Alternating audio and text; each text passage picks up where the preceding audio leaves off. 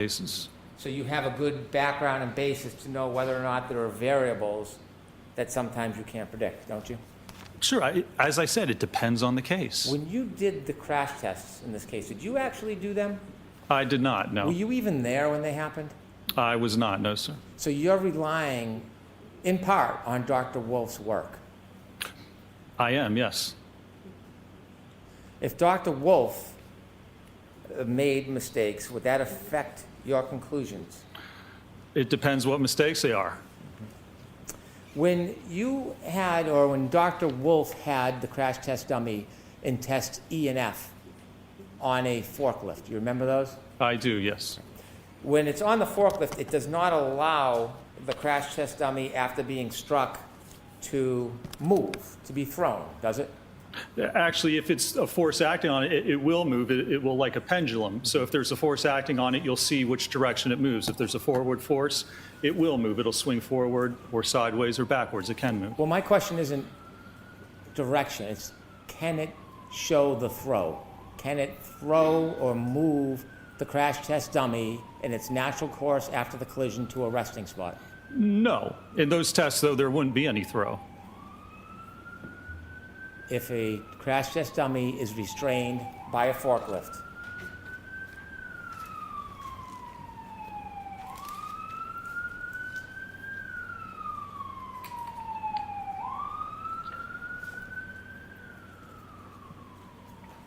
if a crash test dummy is restrained by a forklift, it does not allow the crash test dummy to be thrown, does it? Assuming there is throw, that's correct. It doesn't. It doesn't allow an observation of the crash test dummy to turn or fall, does it? No, it does not. Well, no, actually, it turns, sure. I mean, it can spin. How about fall? No. And a crash test dummy would just fall down anyway. Have you seen crash test dummies where it is held in place electromagnetically, and when the collision happens, then the dummy can move? Have you seen that? I have, yes. Have you seen, have you seen crash test with crash test dummy where there is a light? Have you seen crash test with crash test dummies where there is a light string and somebody cuts the string moments before the impact or a second before the impact? I have, yes. That wasn't done in this case, was it? What? It wasn't necessary. Was that done in this case? It wasn't. I'll speak slower and a little clearer. Maybe if you answer my question. I just did answer it. I said it wasn't. When the crash test dummy is held by a forklift and the car hits it, it doesn't replicate the drag that the car will have on the crash test dummy as it would a real person, does it? You can see if there's any drag because it's on like a pendulum. So if there's any drag pushing it forward, it's going to sway that way. It's going to move the dummy. It's not going to move at the distance that it actually would. If there was any distance, it would move it. But you can actually see the motion, and you can see in the testing, the 24-mile-an-hour testing, there was no motion, which is not unexpected for that type of a test. There is a difference between a crash on center of mass and a fender vault, isn't there? There is, yes. A fender vault is a different type of collision than a center of mass collision. Isn't that true? That's correct. It is impossible to replicate all of the different scenarios with a crash test dummy on a fender vault collision, isn't it? I mean, it depends on what you're trying to replicate, and it depends looking at the injuries or how someone was positioned. So if you know how they were positioned, you can try and replicate that, yes. Could I have 59 of Dr. Rentral's PowerPoint, please?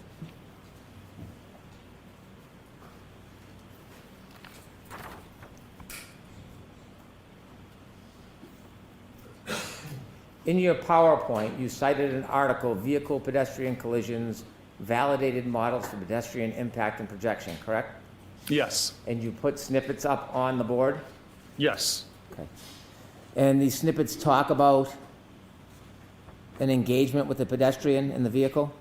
Correct. Okay. Is there a reason why you took out a piece of that article that falls between those two paragraphs? I don't think so, no. Those are the most relevant parts. Did you cut out the part that says some frontal collisions are with the corner of the vehicle where the pedestrian is deflected to one side without secondary impact of the upper body with the vehicle front? Alternatively, the transverse velocity of the pedestrian at impact may be sufficient to prevent head contact as the body rotates sideways off the bonnet, and these situations are known as fender vault. The models presented here do not apply to fender vault. Did you leave that part out purposely? Oh, yeah, I did, sir, because this isn't a frontal impact with a sedan over the fender of the hood of a sedan. This is with the back of an SUV, so it's completely different. You've cited many, many sources where it talks about front-end collisions, because that is the majority of pedestrian collisions, the front end, isn't it? The majority, it is, yes, sir. And so there is a difference between fender vaults and a center of mass collision, isn't there? That's correct, and that's why you see a center of mass, you look at the testing we did, that's a center of mass impact. On a frontal impact, usually, if you're hit by the front of a car, it doesn't usually get your center of mass, you're too tall. That's why you do a fender vault, or you flip onto the hood, or you flip over the top of the car. So yeah, it's completely different, and doesn't pertain to allegedly what occurred in this case. So let me get back to my question. When the tests were done, E and F, F was a center of mass collision at 29 miles per hour, wasn't it? That's correct, yes. Right. E, are you considering E a center of mass collision? Which was he, the 24 miles per hour. No, it didn't hit the center of mass of the Right. dummy, it just hit the arm. Exactly. So there is a difference. In this case, you don't know the position of Mr. O'Keefe's arm at impact, do you? Nobody knows. I don't think his arm was even impacted by the car, so no. I don't know the position of the arm at impact because it wasn't hit by the car. You don't know the angle of his body at impact, do you? The alleged angle, So ask the question again. Okay.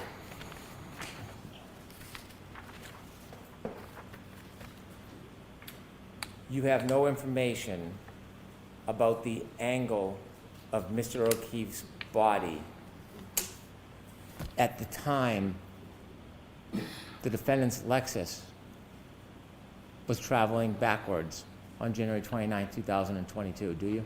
we have no information that he was even hit by the Lexus. So there wouldn't be any information on the angle if his body wasn't hit. When you talked about force equations with this jury, you cited a number of pieces of literature, didn't you? I did, yes. And when you cited the literature, you cited all literature regarding concentrated forces, didn't you? No, that's not true. There's a difference between concentrated and distributed force, isn't there? Yeah, I talked about that on my direct, yes, sir. When you showed your slides, for example, the hand, Yes. could we see slide 8, please?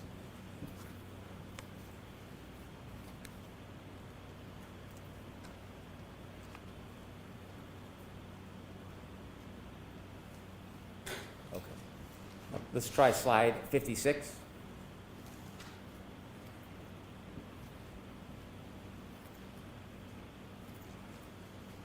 You would agree with me, Doctor, there's a difference between a concentrated and a distributed load, wouldn't you? I would, yes. When you gave your opinions in this case, it was based on concentrated load, wasn't it? No, sir. When you gave your force equations, was that distributed load or concentrated load? That was the load at the center of mass. And so you can evaluate that on a distributed load. You look at acceleration and you look at bending moment. So you can do both. When you gave your charts and numbers, was that based on concentrated or distributed load? No, that was based on the distributed load with respect to the center of mass of that arm and where the accelerometer was. But this was not a center of mass impact. We're assuming a center of mass is the most dispersed impact. So if we want concentrated, then we look at a focal point, and you can do that with the hand. So But center of mass, acceleration, and distributed across the entire arm, that's where it's the least amount of pressure, if we're talking about force over area. And that's what I evaluated in this case. When you gave your demonstration about the hand with the different hexagons on it, do you remember that? I do, yes, sir. Okay. There's a difference between taking a small object and putting pressure on the body as opposed to a larger, wider object, isn't there? Well, it depends on what it's contacting. And certainly not a difference when you look at the size of that impactor and the size of the knuckles and the metacarpal bones. So for example, if somebody took a book and hit somebody off the forehead, it may or may not leave a mark. But if they use the same force and they took a high heel, the heel of a high heel, and hit somebody, there would likely be more damage with the high heel than there would with the book. Isn't that fair to say? Well, soft tissue, but if the force is the same, you would expect the fracture to occur. You have to look at the distribution, you have to look at the strength of the bone, and you have to look at the overall force that's being applied. Now, you said in your differential diagnosis you considered all evidence. Did you say that on direct examination? I don't believe I did. I believe I considered evidence for a biomechanical and accident reconstruction analysis in this case. So you didn't consider phone data. Has nothing to do with biomechanics or accident reconstruction. Did you consider text stream data? I'm going to allow that. I'll strike it. Did you consider Apple Healthcare data? No, sir. I'm going to allow it. Did you consider phone temperature, battery temperature data? I'm going to allow it. Has nothing to do with biomechanics, sir. I'll ask again, did you consider it? I did not, no. You said it would be improper to ignore evidence. Were those your words? For a biomechanical analysis, yes, sir. Have you been to the scene of an accident before or a collision? I have, yes. Do you know what a debris field is? Yes, sir. And you've seen in your videos E and F, there's debris fields after the collision and the taillight brakes, isn't there? So first of all, there's debris in the yard. What that's from, is there a collision? Was there a collision? Where did that come from, where it was positioned? That's all conjecture and supposition. Those aren't actual facts, sir. Can you hear my question about debris field? I'm asking. Yeah, and I think it's in a... Excuse me, sir.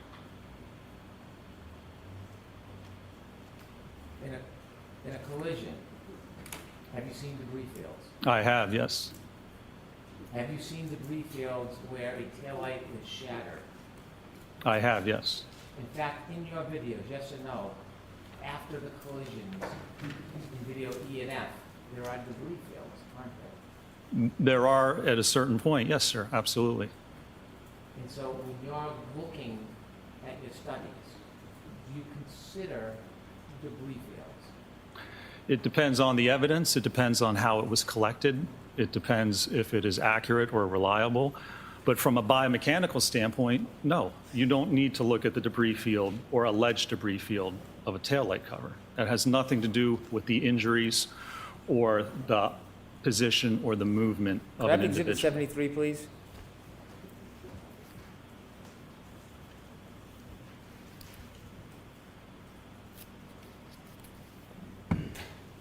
Do you see that, sir?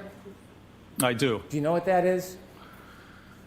Looks like possibly part of the taillight cover. Right. Is that an alleged part of a taillight cover, or do you think that's part of a taillight cover, sir? I don't know specifically. It might be part of the actual taillight cover. Well, when you studied this case and you looked at all the evidence and all these different things, did you look at these photos and see that alleged piece of taillight shard recovered from the front yard area of 34 Fairview Road? Did you consider that? Well, I don't, was that part of the one that was recovered by a leaf blower or not? When you were doing your ample study, sir, Yes. what I'm asking you is, when you were looking at all the available evidence, did you look at this photo of this alleged taillight shard on the front lawn of 34 Fairview Road? Were you aware of this? No. Oh, I was aware that there was debris in the yard, but again, that has nothing to do with the biomechanical analysis.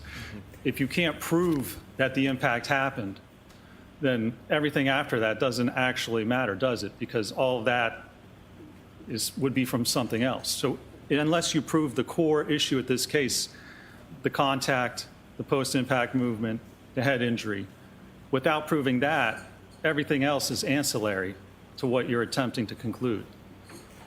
Do you have any evidence in your biomechanical studies how this alleged piece of taillight shard ended up on the front lawn of 34 Fairview? I don't know, sir. I didn't evaluate or investigate that. Could I have Exhibit 76A, please?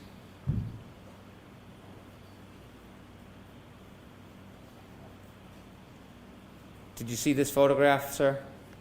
I do, yes. Is that part of a red taillight shard or an alleged piece of a taillight shard? It looks like it, yes. Did you consider this in your biomechanical studies that this taillight shard was found in front of 34 Fairview Road? Was found. Can you give me a precise distance from where the body was found and where that was found with respect to Mr. O'Keefe, with respect to a reference point? Did you consider this, sir? There is none, so no, I did not consider that. Do you know how this taillight shard got there? How it got there? Yes. That wasn't part of my analysis. There are certainly different possibilities of how that actually occurred. Exhibit 99D.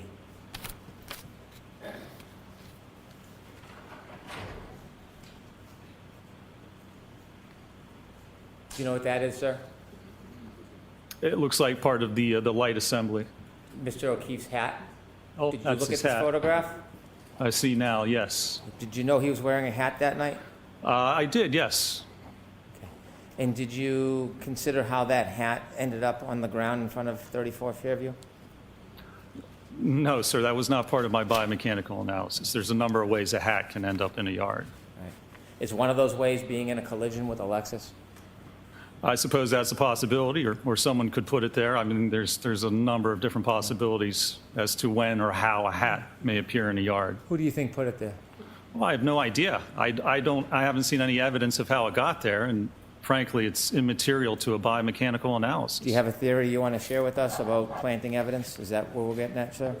Sustained. By the way, the x-rays you looked at earlier, when's the first time you saw those? I saw those when I was on the case initially for the first trial. No mention in your report about reviewing those. It says I reviewed medical records and reports.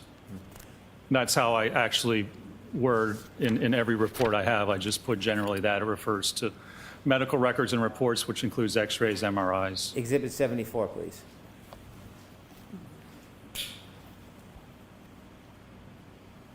Have you seen this photograph? I have, yes. Okay. In your studies or your testing, did you determine how Mr. O'Keefe's shoe ended up near the curb? No, sir.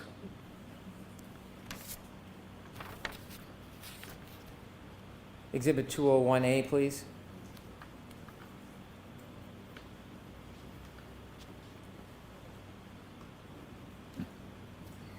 Have you seen this photograph before? I don't know that I have. Have you ever seen any container that had tail light shards that matched the defendant's Lexus that were removed from his sweatshirt and his shirt? Have you ever seen any container holding those? I haven't. Well, I believe there was evidence collected like that, but yes.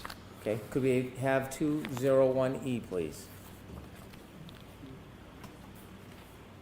Have you seen this photo? I believe I have seen that, yes. Do you understand those are taillight shards matching the defendant's Lexus, the broken taillight, Yes. that were recovered from Mr. O'Keefe's sweater or shirt? Objection. I'm going to allow that. Did you consider that? Your Honor, if you could reformat it. Otherwise, I need to see the photos. I'll try. I'd rather try to reformat it than come Okay. sidebar. Did you know that taillight shards were collected after Mr. O'Keefe's sweatshirt and T-shirt was scraped? Objection. I'm going to allow that. Your Honor, I need to see the photos. Jurors, this will be brief.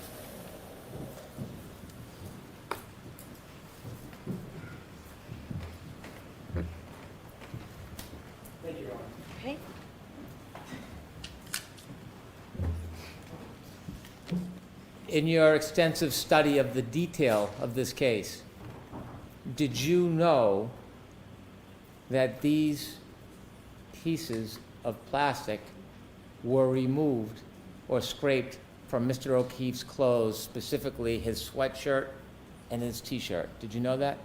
I was aware that samples were recovered, yes. Were you aware that these samples were consistent with the broken taillight of Miss Reed's Lexus? Did you know that? Yes. Did you do any analysis how these broken taillight shards got into Mr. O'Keefe's clothes? No, I did not. The first step involved with that would be to actually perform a biomechanical analysis, to look at the movement of the body, how the body was positioned, where it ended up. So without that knowledge, you can't determine exactly how or if those types of shards were deposited there as the result of an actual impact. Your Honor, based on the last question, I wonder if Dr. finish his question. The judge can describe based on the question that was asked. For the same reason I just indicated at sidebar. You just be reformatted and straight. I'll try again. Okay. When you looked at these taillight shards that were Objection. That's the problem. Go ahead, Mr. Brennan.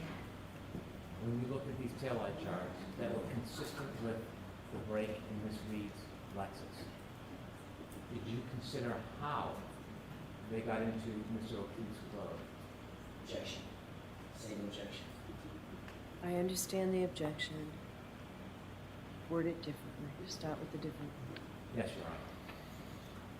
You see these pieces of broken plastic, don't you? I do. And you understand that these were found in the scrapings of Mr. O'Keefe's clothes. I do.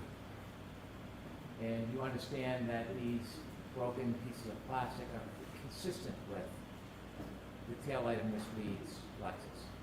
I do, yes. In your studies and reenactments, did you make any determination how these pieces of broken plastic got into Mr. O'Keefe's clothing? No, when you look at those studies, first you have to know how the incident occurred. Then you can look at that and determine, if you want to, how that may have occurred. Because otherwise, there's, again, different ways, different manners in which that may have been deposited on the sweatshirt. Without knowing how this happened, you can't just then look at other evidence and try and predict how it happened. You need the actual evidence to look at the event. This all goes to the event. You need contact with the arm, I guess apparently, to actually cause this incident to occur. And without that evidence of any of that happening, knowing how the body moved, knowing how it was hit, knowing where it ended up, any conclusions drawn off of information like this is just supposition, because you don't know the movement of the body or the vehicle. It's putting the cart before the horse.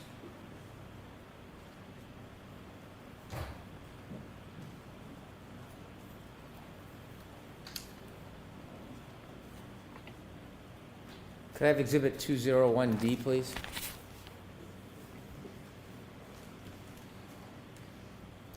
Do you understand this is broken pieces of plastic consistent with the broken taillight of the defendant's car? Do you understand that? I believe so, yes. And do you understand this is a photograph of these broken pieces of plastic under a microscope? Okay. Well, I'm asking you, do you understand Well, if that? that's what you're I don't, telling me, then I don't want you to rely on me. If you didn't see them, it's okay. I don't recall if I saw those or not. Have you seen this picture? I don't recall seeing it, no. Now looking at this photograph and seeing these broken pieces of plastic under a microscope with fibers near the plastic, is that something you would want to consider in your analysis, forming your opinion whether or not there was a collision between Miss Reed's car and Mr. O'Keefe? Again, if you can't do a proper biomechanical analysis, then that evidence is not consistent. You can't determine how it occurred. You can't say that that's consistent with it. You can't just look at certain evidence and not do a proper analysis. If you can't even tell that an impact occurred, you can't look at tertiary evidence and say, well, this proves that it occurred. In order to say from a biomechanical and accident reconstruction standpoint that an impact occurred and here's how it occurred, you have to understand the mechanics and dynamics before it. This could certainly support that finding and those conclusions, but by itself, I don't know of any methodology in any study or peer-reviewed article that says you can just look at alleged evidence and then form an opinion as to whether an impact occurred. Can you see with your eye that parts of those broken pieces of plastic are sharp? They look sharp. Do you disagree? Do you think they're not sharp? Well, I don't have an opinion as to that, sir. We'll take a look. Objection. Sustain. If you look at that for me kindly, can you tell me whether you think those pieces of broken plastic are sharp? Objection. I would allow that. I guess they look sharp. I have no idea if they are or not. It's under a microscope. When you actually put things under a microscope, it looks much different, and it is much different than. Okay, let's go back Been to looking at the normal eye. 20E. Perhaps that can help. Not under a microscope. If you pay particular attention to the larger one in the middle, that looks like a shark's tooth. Do you see Yes. that one? Yes. Do you think, doctor, that some of those appear sharp? Some of those appear sharp, could possibly cause a laceration, sure, as opposed to an abrasion. Do you think that any of those could cause an abrasion? I don't think that you could get a consistent level of superficial abrasions along the entire arm of minimal depth of less than 0.5 millimeter through impact with the glass. To have that minimal force on every part of the arm to only cause superficial abrasions would be highly unlikely. Do you think some of those sharp pieces, if they were lodged in Mr. O'Keefe's sweater, could cause an abrasion? It's possible if you had enough punctures and holes in the sweater to correspond with the abrasions on the arm. That would be, I suppose, that could be a possibility. In your testing, not to belabor it, I'm just going to show you one. I want to show you video E. Could we go to video E, please?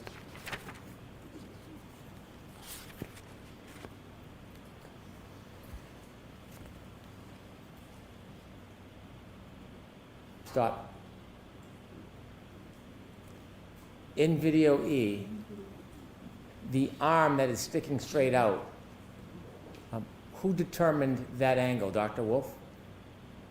Yes, well, we positioned it just so it would impact in the general area of what was shown in Dr. Welcher's paint test study, which apparently is irrelevant and doesn't show the alleged position of how the arm was at impact. But yes, we positioned it in that manner. When you say we, did you have input on the positioning of that, or did Dr. Wolf do it? Well, I had input into how we were going to position it. It would probably be both of us, I would say. So you and Dr. Wolf chose to position the arm straight out, correct? In that test, we did, yes. Is there a glass in Randy's hand? There is not, no. A drinking glass, no? No. In any of your studies, did you have a drinking glass in Randy's hand? We did not have a drinking glass in the dummy's hand, no. And you see when the taillight is shattering, those red things falling down. What are those? Those are part of the taillight. Continue a little bit, please. Stop. Did you count how many taillight pieces broke? We didn't count the taillight pieces. We counted how many punctures or holes there were in the sweatshirt, which was 0. If you had done this test and changed the arm angle, do you expect the damage would look different as far as the brakes in that taillight? Well, we conducted a number of tests. It may look somewhat different, sure. If you conducted this test and moved the arm angle, not another test, this Yeah. test, but you moved the arm angle, do you expect that the brake would look different? That the brake would look different? Yes. It could look a little different. I mean, certainly the brakes looked a little different in the test, but they were comparable to each other. You do not know how John O'Keefe was standing that night, do you? Well, Objection. Seems facts. I'm gonna allow that. You do not Who know was how John standing there. O'Keefe was standing that night, do you? If he was standing, if the impact occurred, then no, nobody knows how he would have been standing. You would not know what his arm angle was, would you? No, You would not know the exact speed of any vehicle that hit him that night, would you? Objection. Sustained. The debris, the broken taillight, is that traveling in a consistent or a different direction? what do you mean consistent or Is different? it all going in the same direction, or is it going in different directions? No, there's some spread to the debris. So the pieces don't all fall right in a pile with each other, do they? They do not, no. Continue, please. Stop. Do the majority of the pieces land on Randy? No, they do not. And so as they fall, if Randy were to fall, many of those pieces would not be among the immediate area of his body, would they? If the dummy fell right there, no, they would not be. Now, the dummy can't fall because the dummy is on a forklift, correct? It's suspended like a pendulum, correct? And you see in your test that the tail light, at what you say is 24 miles per hour, can be broken without the dummy's knees touching the vehicle. Isn't that fair to say? That's correct, yes. Okay.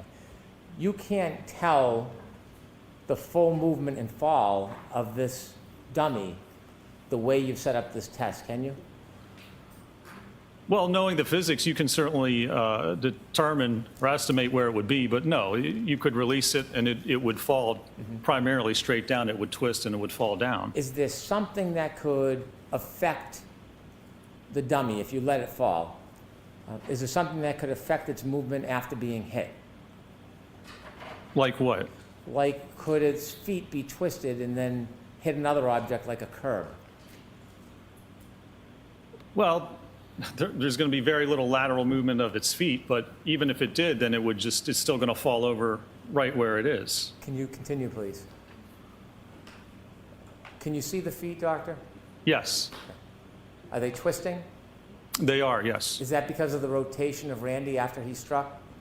Yeah, that's the rotation of Randy. And again, yeah, as you said, that's not a normal person because there's no normal force acting on the dummy. We just have it barely touching. So a normal individual, you aren't going to twist to that extent because this is a dummy which is suspended with just a little contact on the And ground. after being contacted by a vehicle enough to break the light, could it cause a person to stagger backwards?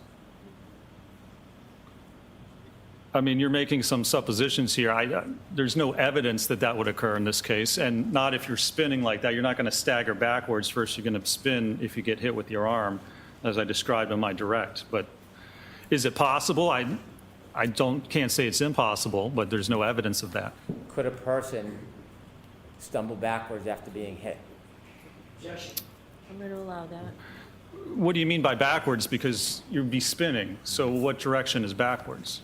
Could a person get their foot caught on a curb, and sneaker come off, and then stagger backwards and fall on their head? Objection, Your Honor. Yeah, let's go.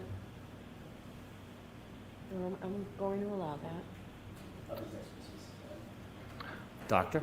Can you answer that? I mean, I guess you could somehow predict or have a possibility of almost anything happening. You could say someone could get hit by a car and do a couple of somersaults into the yard. I mean, there's no evidence of that.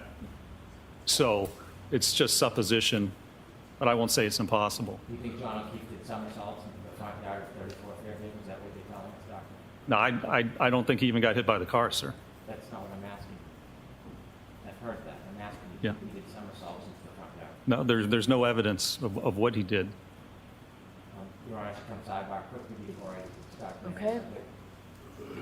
Oops.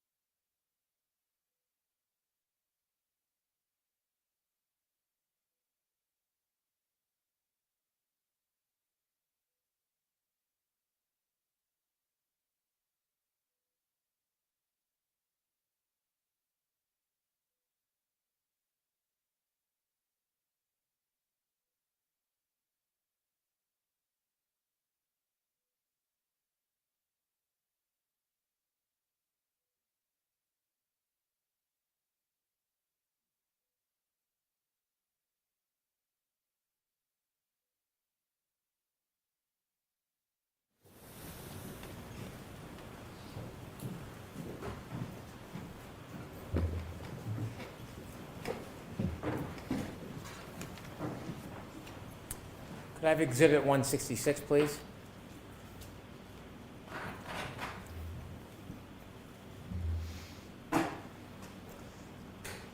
Did you see this photograph, sir?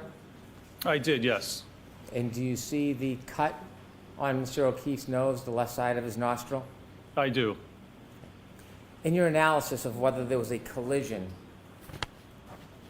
with the defendant's Lexus, did you consider or know that there was evidence that a piece of glass or a piece of broken plastic was pulled from Mr. O'Keefe's nose? Objection. I'm going to allow that. What is the form of the question? I'm going to allow that. Your Honor. So, hold on. Sure. Let's get an answer, Dr. Mitchell. Your objection's noted, Mr. Jackson. I was aware there was some piece of material allegedly pulled from the nose, yes. Allegedly pulled from the nose? Yes. Okay. And that alleged piece of material, were you aware that it was perhaps a piece of glass or broken plastic? Objection. Are you aware of that? Your Honor, that's not the evidence. That is not the evidence. So, Glass, not hold on, Mr. Jackson. Mr. Brennan. I can do you have a reword quick- it. Okay. Please. You're welcome. Are you aware of that object that was pulled from Mr. O'Keefe's nose? What material that was? I believe it was glass. Did you want to know in your assessment about collision where that came from? Well, I did evaluate that, and it's actually entirely inconsistent with coming from an impact with the vehicle.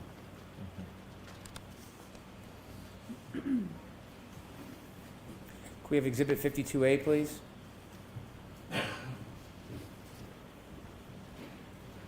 Do you know what that is, Doctor? It's hard for me to see from here. I believe that's the drinking glass. A drinking glass. Do you Yeah. know where that is in relation to where Mr. O'Keefe was found? I believe it was found in the vicinity of where he was found. And could I have Exhibit 195, please?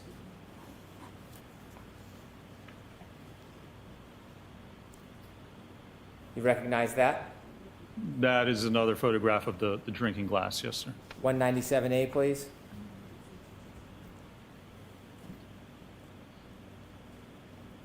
B.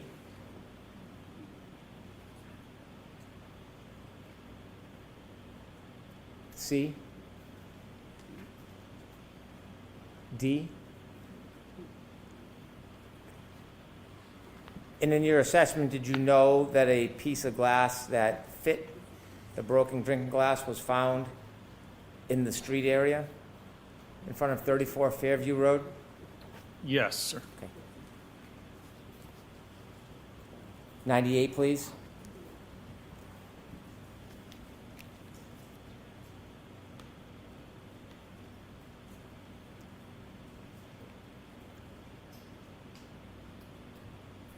A little more, please. Do you know what that is, sir? It's hard for me to tell from Does it back. look like a drinking straw? Okay, the black, that does appear to be a drinking straw, Have, yes. have you seen that before? I've seen that photograph before. Okay. And do you appreciate that is in front of 34 Fairview Road? Yes, I believe that's correct. And sir, in your analysis, in your reconstruction analysis, did you consider the broken glass found near Mr. O'Keefe's body, the suggestion glass is found in his nose, and that glass that fit the broken glass was found on the street? Did you consider all those things in your reconstruction analysis? Well, my biomechanical analysis, I did consider especially the glass in the nose, yes, and whether that could have been as a result of the impact.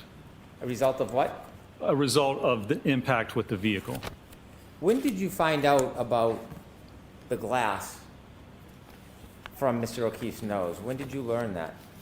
I don't recall specifically. Well, was it before you came and testified last time, or was it before this time? I honestly, I couldn't tell you. I know it was before this time. I don't know when I found out about it. Weeks ago, months ago? Could you turn the lights on, please? I have no idea, sir. You don't know if it was weeks or month ago? I don't remember with that specific piece of evidence when I found out about it. What do you mean you don't remember it? Have you seen it before? While I evaluated certainly for my report for this case, I don't know if I had known about it prior to that. Is it mentioned anywhere in your report about the piece of glass in Mr. O'Keefe's nose? No, it's not. When you received that information, did someone tell you about it? Did you listen? Did you watch? How did you evaluate this evidence? It might have been in an interview or something that it was pulled from his nose, I believe. Okay. So you saw and listened to something? I believe so, or was made aware of it. Okay. Just a couple more questions, sir. I had asked you at the beginning of your examination whether you denied that receiving information certainly helped prepare to understand what was going on during the trial. Do you remember those questions? With respect to the trace DNA, correct? Okay.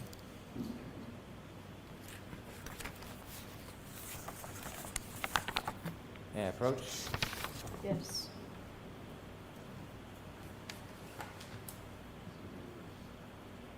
April 28, 2021.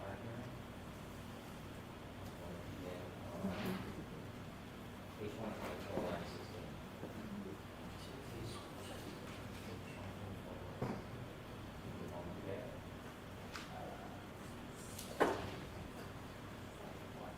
Yes, 124, line 16. May I approach? Yes. You've testified a few times under oath in this case, haven't you? I have, yes, sir. And you've testified recently for a short bit in April, didn't you? I did, yes.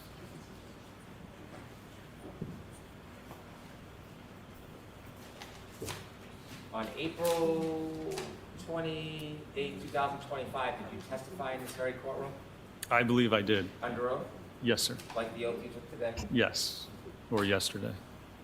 Now, when I read this, I'm not attributing this in any way to the defendant's attorneys. I'm going to read you this just for clarity. You were asked, did they inform you about witness testimony? And what did you say, sir? They did inform me, yes, about testimony in situations and events that came forth in the trial that I was not aware of. Those are your words? Yes, sir. Page 125, line 7.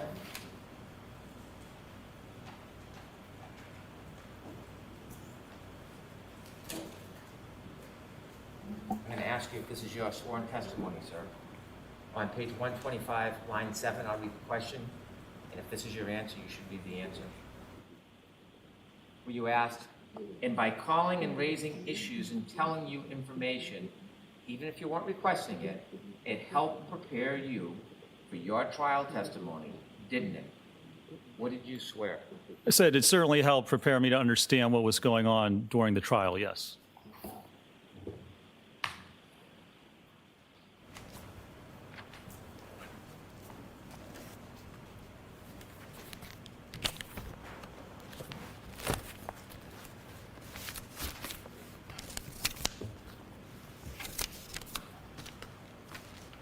I have no further questions. All right, Mr. Jackson? May I approach briefly appointed sergeant? Okay.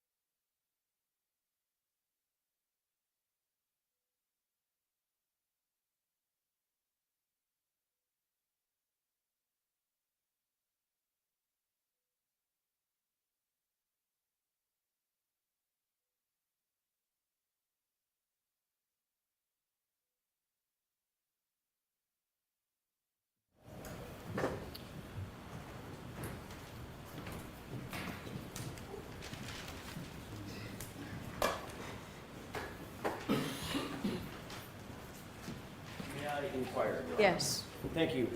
Dr. Rentschler, you were just asked a couple of questions about they provided information about the prior trial, correct? Correct. They is no one associated with the defense team, correct? That's correct. No one associated with you, and they provided information, and again, it let me know what was going on, but it didn't affect my preparation or my opinions. It in no way changed any of my opinions or what I testified to. Thank you for To that. get through this, I'm going to let you just you. answer the question. Sorry, And- Your Honor. Rentschler. And with regard to, and I appreciate that, Mr. Brennan asked you a couple of questions about they being your employer. Do you remember those questions at the beginning of his cross-examination? I do, yes. Who is your employer, actually? The actual employer that you work for? ARCA. Okay. Wasn't them. No, It's a client, correct? it was a client. A That's completely correct. separate entity that hired you for that work, correct? That's correct, yes. Thank you. Thank you. You were asked about a fender vault collision, and you said, well, this wasn't a fender vault, right? Correct. What is a fender vault?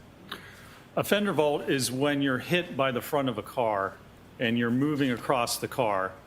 So you're moving across the center towards the driver's side of the car, and the car hits you. You go up over the car and you fly over the fender to the driver's side of the car. So you vault over top of the fender. Dr. Rentschler, where is my, as I stand here, where is my center of mass? Right about your belly button. Right there. Yes. So what would happen if I was hit by a vehicle, front collision, and the vehicle struck me below my center of mass? It's going to flip you. Your center of mass will go, you'd go right up, if it was coming right at you and it hit you at your legs, you'd flip right into the hood or over top of the top of the car. Is that what's described in the industry as a fender vault? That is part of a fender vault, yes, but it's at an angle. So instead of going direct back, it's because if the person's walking across and you get hit, you fly kind of back and over the top of the fender. Did that set of circumstances, physics, have anything to do with your analysis in this case? No, none whatsoever. The profile of the car is completely different, the back of the SUV. You were asked several questions about the debris field in the test F as in Foxtrot. Well, actually, you were asked about both test E and test F. Test E being the 24-mile-an-hour impact to the right arm of Randy, correct? Correct. And test F, the full rear impact, center of mass impact, correct? Correct. You were shown several photographs, exhibits of very tiny, tiny shards. Do you remember that? I do, yes.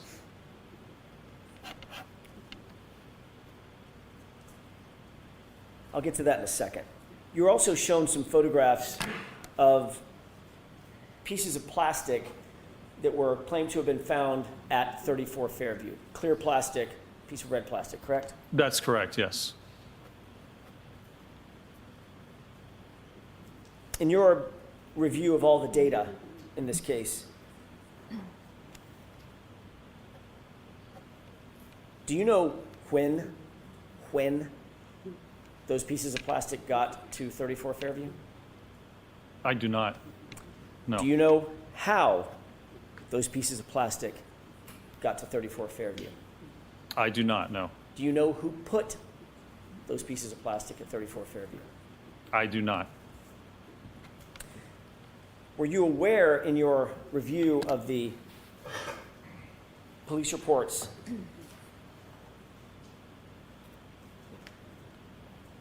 that none of the plastic that you were shown was found at the time John O'Keefe's body was discovered and the area was initially searched? That is correct, yes. I was aware of that.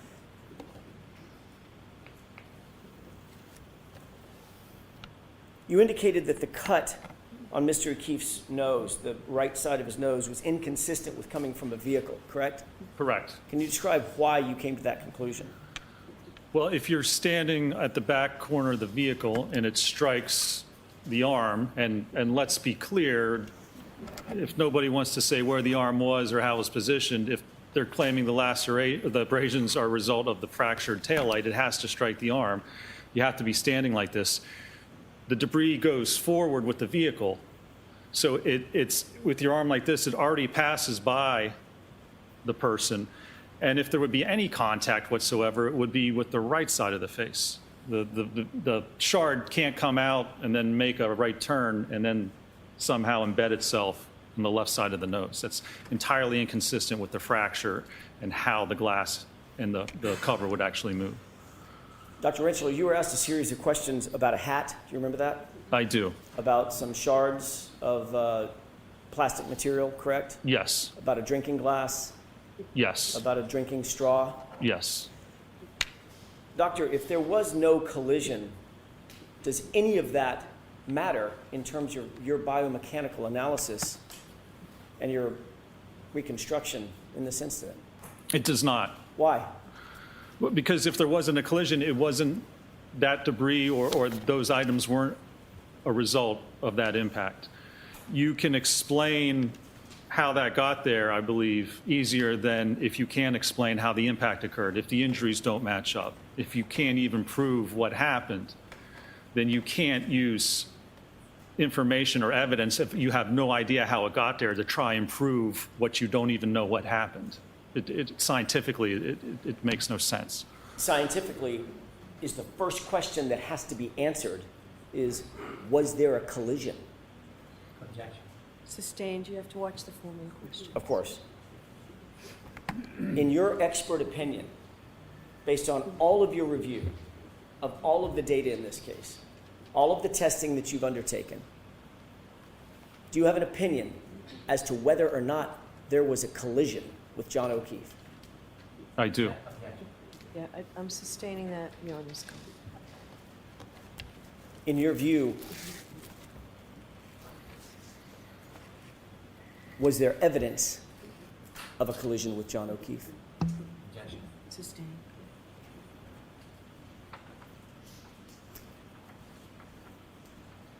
In your opinion, were any of the injuries that you saw suffered by John O'Keefe consistent with having been struck by the subject Lexus? No, they are not. Do you hold that opinion to a reasonable degree of scientific certainty? I do. Thank you, Doctor. Okay.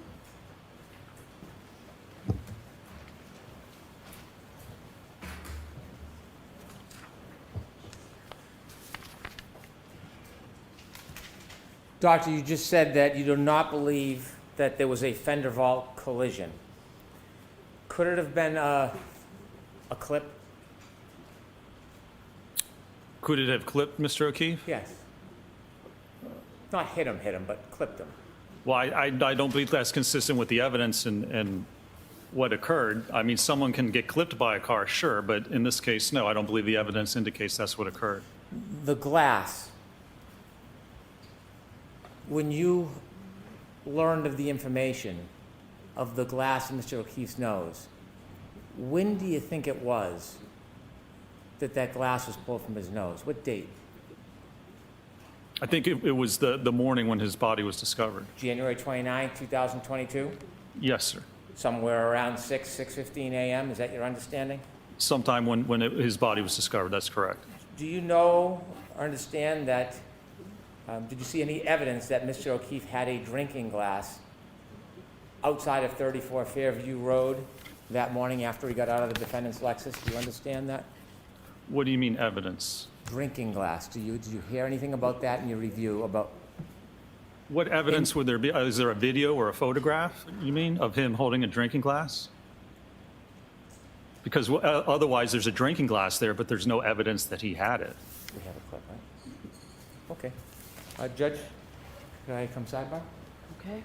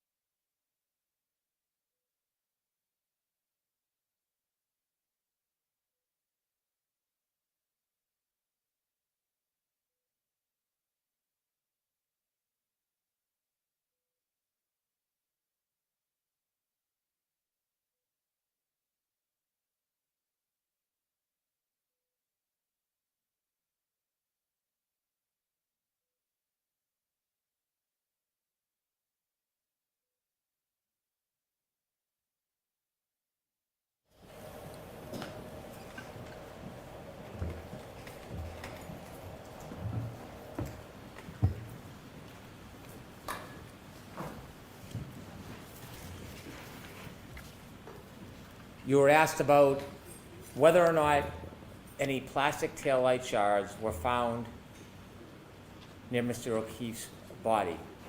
Do you know the limits of the search that the Canton Police Department did around Mr. O'Keefe's body? How small of an area they searched when they first went there? I do not know, sir. Did you ever see a video of somebody with a leaf blower blowing snow off the ground? I did see that, yes. And did you see the confined area in which that happened? Well, I mean, I saw the area where he was blowing with the leaf blower. Have you seen any information or evidence whatsoever that the pieces of taillight that were found after that search, have you seen any evidence that they were found in that exact area, or were they found in different areas on the lot? I'd have to go back and look. I don't recall specifically. And so when there was a snow blower or a leaf blower search in that area, there would not be a piece of plastic taillight to find if it was never there, would there be? If it wasn't there, you wouldn't find it? Is that what you're saying? That's what I'm saying. Sure. Okay. Did you notice in the injuries to Mr. O'Keefe, most of them are on the right side of his body? Well, we have the abrasions and then a half-centimeter abrasion, and then we have the laceration and scuff on the left side, and then the skull fracture. It's a little bit to the right, but it's mainly on the back of the head. And the bruise on his knee?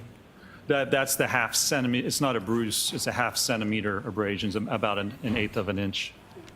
When you're conducting an investigation or you're doing your analysis and you keep saying the physics and the physics, do you add a little bit of common sense in the equation when you're considering the evidence? Well, you can sit back or step back and look at whether what someone's claiming makes sense in the bigger picture. So when you have common sense and you look at the big picture, it's not just physics. It's considering all of the evidence, right? Well, it depends what you're looking at. To certain parts of it, the biomechanical analysis, you look at the physics. It tells you what it is. I mean, if you don't like it and you don't think it fits, well, sorry, it is what it is. That's the science. So you have to step back. I mean, you can look at it the bigger picture if things make sense. You know, if somebody was standing on the side of the road with their arm like this while an SUV backed up at them and they didn't flinch or they didn't put their arm up, that's kind of the smell test bigger picture. That doesn't make sense. But the physics, you can't deny it. You have to accept what science tells you. You can't deny it. That's the line you were laughing about in the documentary is one of your answers that you were all celebrating, isn't it? Objection. Isn't it? The objection sustained. How'd that taillight break, sir? How'd it break that night? How did, oh, I don't know. There's no evidence of how it broke. I have no further questions. All right, you're all set, Dr. Wenchler. Thank you, Your Honor.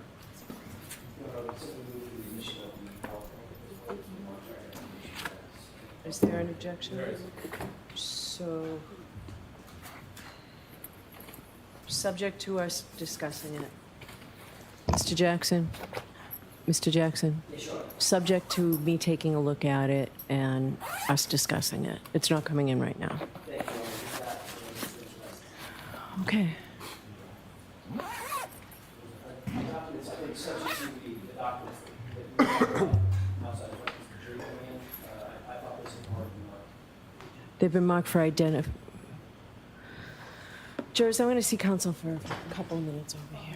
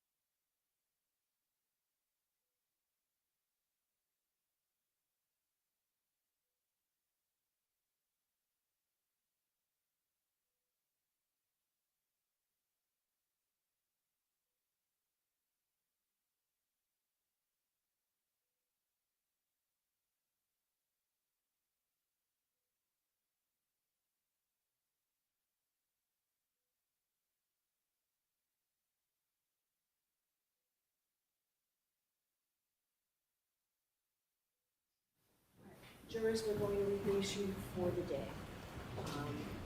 We will see you tomorrow morning.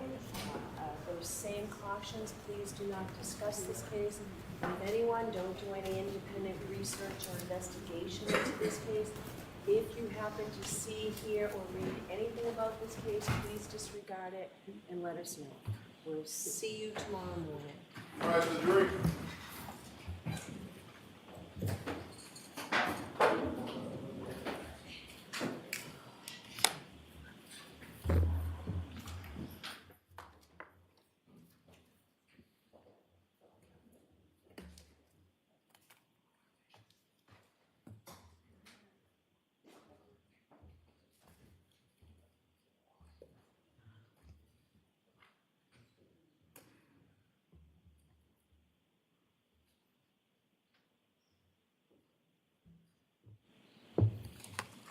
You may be seated. All right, so Mr. Brennan, I'm going to take a recess. You go ahead and look at that PowerPoint. I'll come back out in 10 minutes regarding the PowerPoint.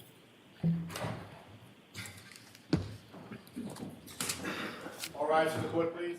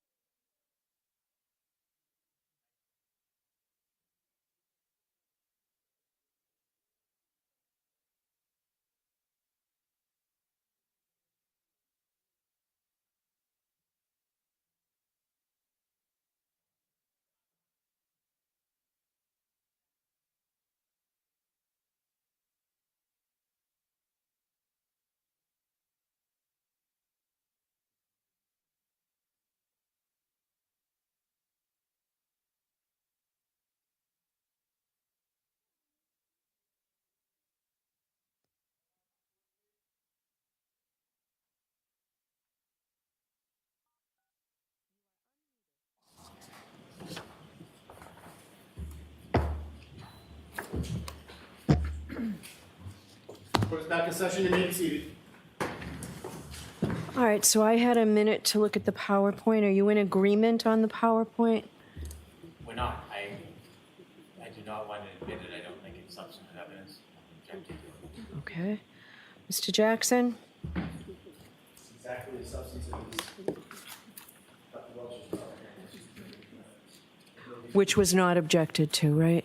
No, the court keeps saying that, yes, there were things that Mr. Leslie objected to, yes. There were things that, But did he object to the PowerPoint coming in?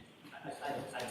It's been, we're all under pressure. I don't know what Mr. Leslie did or didn't do regarding the PowerPoint. That's the question. The question is whether this PowerPoint is admissible, and it is. There's nothing in it. We've taken out all hearsay, discussion, any opinions or thoughts, thought processes. These are all tests that were completed and done, exactly as Dr. Wolf's PowerPoint was done. Dr. Wolf's PowerPoint is in evidence. This PowerPoint should be in evidence. Is there anything in this PowerPoint by way of videos that is not already in through Dr. Wolf? I believe the video of, the drop test is in Dr. Welch's PowerPoint. There are, most of the videos are included, no, I'm wrong. Things have been slowed down. So the videos are the same, but the videos that Dr. Retrial used because of the side of the case that he was handling, the biomechanics side of the case that he was handling, were slowed down significantly to show the deformation of the arm, the force impact on the elbow, the hand, forearm, about which he testified. So what he did, and I remember asking him this before I ever saw the PowerPoint, is there going to be anything different? He said, I use the slow motion cameras more than Dr. Wolf does because I need it. Okay, so I need you to tell me tomorrow which slides specifically answer that question for me, okay? Whether they're in evidence or not, and which ones are not, regarding the videos. Is the court suggesting that it's not going to let just the entire PowerPoint? Maybe. I'm going to take a look at it. There's an objection before me now, I realize that. so I have to rule on the objection. So I will take a look at this, okay? Okay. So if you let me know, and if you want to let me know tonight, I can let you know first thing tomorrow. All right. Have you heard briefly? Yes. Very briefly? Yes. I am objecting. It's not admissible. It's hearsay. It's a strategic decision. The past introductions have been strategic. The defense did not object to Dr. Welchers. I did not object to Dr. Wolf's, but that was a strategic decision. I'm objecting. Okay. The defense objected to Shannon Burgess. Only a select amount of documents were allowed. I wanted the whole thing in. I was precluded properly from introducing it because it was hearsay and they objected. I'm objecting. Okay. There's no hearsay. They objected to certain slides. We took out the slides. If they had an objection to the PowerPoint, they should have interposed that objection before it was displayed for the jury.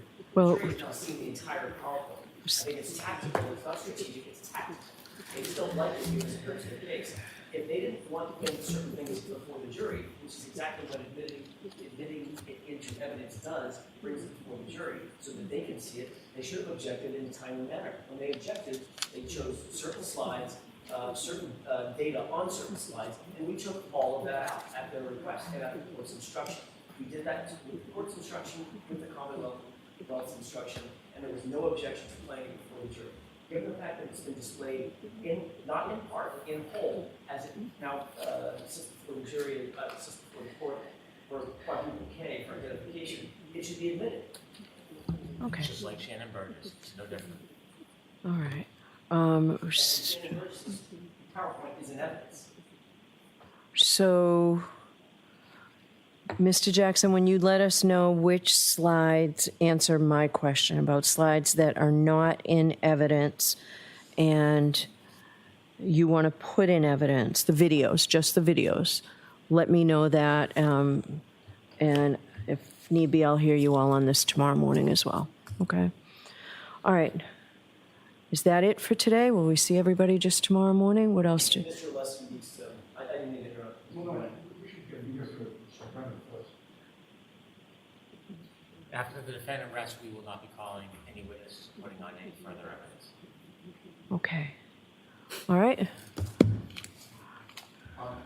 Your Honor, it's late in the day. We would like to renew our motion to required finding of not guilty at the close of all evidence. It won't be a lengthy argument, but I'm happy to be heard on that in the morning if the court prefers when we got tomorrow morning. Okay. Is that all we have left now?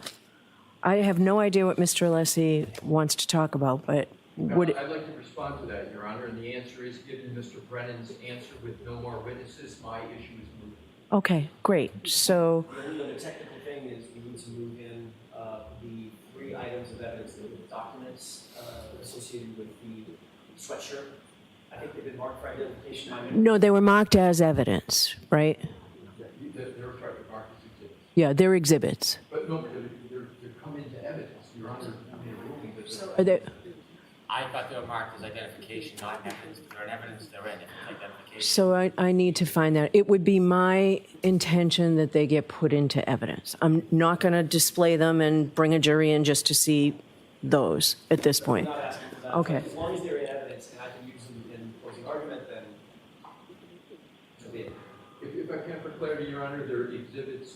I have Y. So that's not an exhibit, Mr. Alessi, if that's how it marked. That's identification. I have a different parlance. I'll use this court's parlance. Yes, it's YYY, ZZZ, AAA, BBB. There's So that means there, all right, so that's for identification. Letters are identification, numbers are exhibits. Your Honor, I understand that. We all know what we're talking about, and Your Honor agreed that they're going to be in evidence. Right. So, and I've ruled that they're in evidence. I just need to know for this record whether they're in evidence or not. What you tell me, you just told me they're in evidence. They're not. They're exhibits. They're identification. Now they will become exhibits. Can we do that now? Do we have them? Where are they? Oh, Jim, they're in there? Okay. Yeah, and Your Honor, my whole point in wanting to be heard is that they're not in evidence, and I want to make sure they get it. That's my point.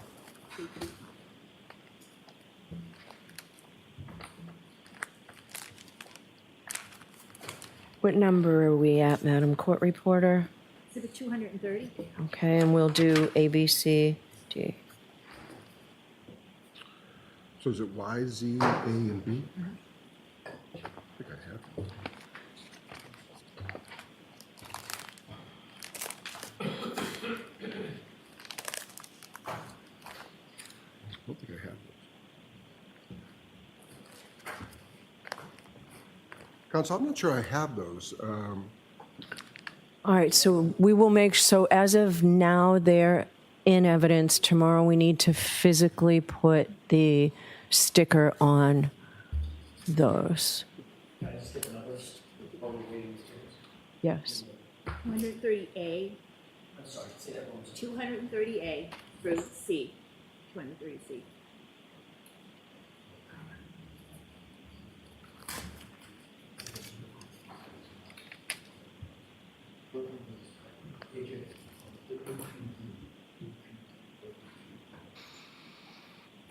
All right. Council, there are 4, Four of them, A through D. just so the record, this is limited in saying different things. They were marked for identification as triple Y, triple Z, quadruple A, and quadruple B. Okay. And all I need to do for my records is figure out which one is which in terms of the whole court's marking. As soon as we do that, I'm good and I'll get out of here. We will do that first thing tomorrow morning. That's fine. All right? We will, so everyone is in agreement then. I will let you have tomorrow without the jury. We'll have our charge conference here in person. Then I'll give you the rest of the day to get your closing arguments ready. I'm imagining that you don't want to argue tomorrow morning at 9 o'clock. Is that fair? That's fair. Mr. Brennan, are you in agreement? I'm in agreement. I'm not interested in arguing tomorrow. Okay. All right, so we'll give you tomorrow. We'll have a charge conference tomorrow. I'm going to ask the court officers to call the jurors tonight as soon as possible. This is great that you did it. I was going to give you until 7 o'clock tonight, but if you're certain, then the court officers will call the jurors now and let them know they don't have to come in tomorrow. And then when they come in Friday morning at 9 o'clock, we'll do arguments and charge. Tomorrow morning will be the charge conference. Since we don't have jurors, do you all want to come in at 10 o'clock instead of 9 o'clock? That Does that work for the Commonwealth as well? Yes. Okay. So I'll see everybody tomorrow morning at 10 for the charge card. Do you have them now, Jim? I do, Judge, and just for the record, YYY, ZZZ, AAAA, and BBBB are 223A through D. If you want to look. In the same corresponding order. So you know what they are, Mr. Jackson, in order. Okay? 223. 223. Thank you. My only other question, Your Honor, was regarding the parameters of closing argument. Last year, we were relegated to 1 hour. I would ask, 1 hour and a half. Oh, give me, just let this pass. No, I got it, but now you can go. Thanks. I would ask for.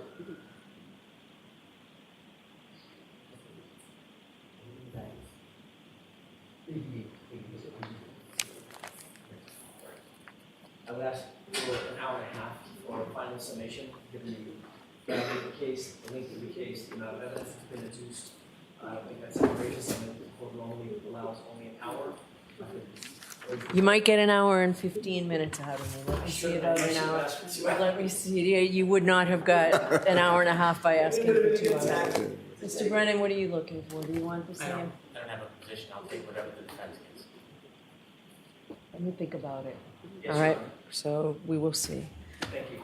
All right, so I'll see everybody at 10 o'clock tomorrow morning. Is there anything else we need to discuss? No, thank you, Your Honor. All right, we'll see you tomorrow morning. All rise for the court, please.